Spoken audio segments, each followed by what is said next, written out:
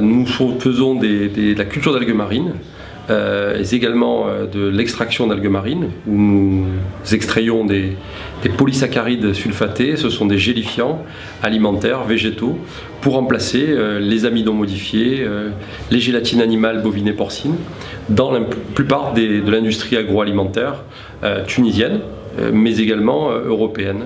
Actuellement. On est en train on a développé une structure qui est un extrait d'algues qui est utilisé aujourd'hui en Autriche, dans un laboratoire autrichien, distribué dans 27 pays européens, qui est utilisé contre les virus à ADN, coca ADN et coca ARN. Donc c'est un spray nasal que vous mettez dans le nez et qui vous permet de faire un film, une barrière qui capte les virus, donc les virus de la grippe, mais les virus aussi du Covid, parce que c'est les coca ARN, et qui permet, une fois respirés, de les détruire dans l'estomac. Donc ça, c'est une innovation qu'on a développée ici en Tunisie, en collaboration bien entendu avec ce laboratoire autrichien. On en est très fiers, et là on a des prochaines étapes dans l'industrie pharmaceutique. Par exemple, justement, avez-vous des projets de partenariat avec des industriels pharmaceutiques tunisiens? Alors, aujourd'hui, l'industrie tunisienne aujourd'hui s'est pas rapprochée de nous dans le domaine pharmaceutique, mais ce qu'on peut vous dire de manière plus générale, c'est que tout le monde utilise aujourd'hui dans les médicaments des capsules, et la plupart d'entre eux ne savent pas que c'est des gélatines animales, bovines et porcines qui sont utilisées. Bon, et ça, c'est dans le monde entier.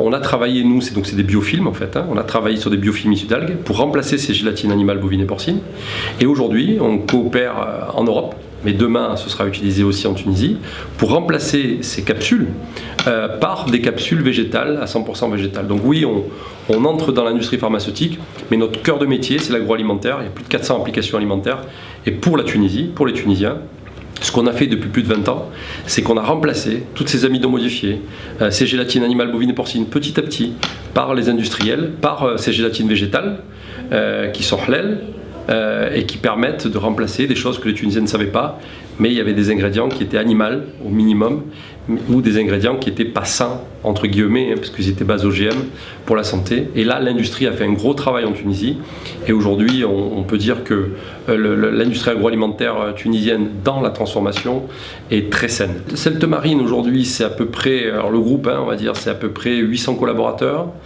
c'est à peu près 11 millions d'euros de chiffre d'affaires, une croissance à 2 chiffres chaque année, donc on double le chiffre d'affaires chaque année. C'est un peu plus de 1200 tonnes d'extraits d'algues vendus dans le monde.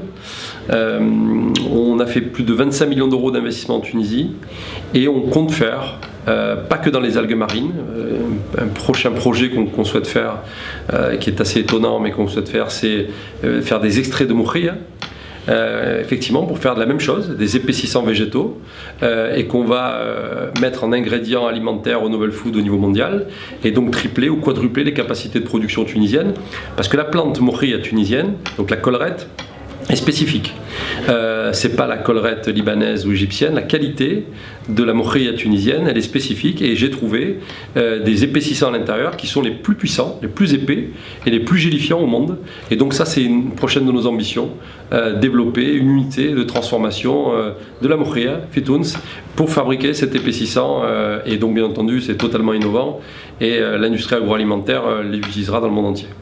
On est très heureux d'abord que le gouvernement tunisien, à travers la FIPA, nous ait sélectionnés et nous ait donné ce prix. Ça montre globalement que tous les efforts faits, parce que c'est des efforts faits pour attirer des investisseurs ici en Tunisie, pour monter des unités de transformation industrielle dans un objet, vous avez bien compris, totalement innovant, où il y a beaucoup de savoir-faire, beaucoup de technologie. Donc tout ça nécessite des ressources. Et quand on reçoit un prix sur lequel on ne s'attend pas, on est très heureux. Et ça nous encourage. Ça encourage, moi en tant que dirigeant, pas trop, parce que moi je suis issu de l'héritage tunisien. Mon grand-père, du côté de ma mère, était tunisien. Donc je reviens dans mes terres par cet héritage, issu de la 3e génération de l'immigration. On revient avec nos savoir-faire, revenir dans nos terres historiques. On en est très heureux.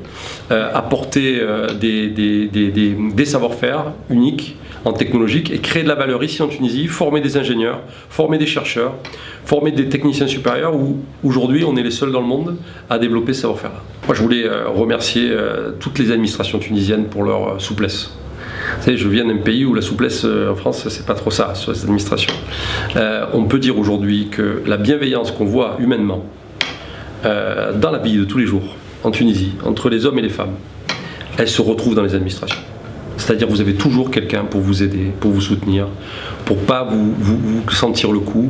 La Tunisie, c'est ça pour moi. C'est Djibilot, comme vous dites, Fitouns, tout Djibilot, mais c'est réel. C'est comme ça, et nous, en tant qu'entrepreneurs, on a besoin de ça.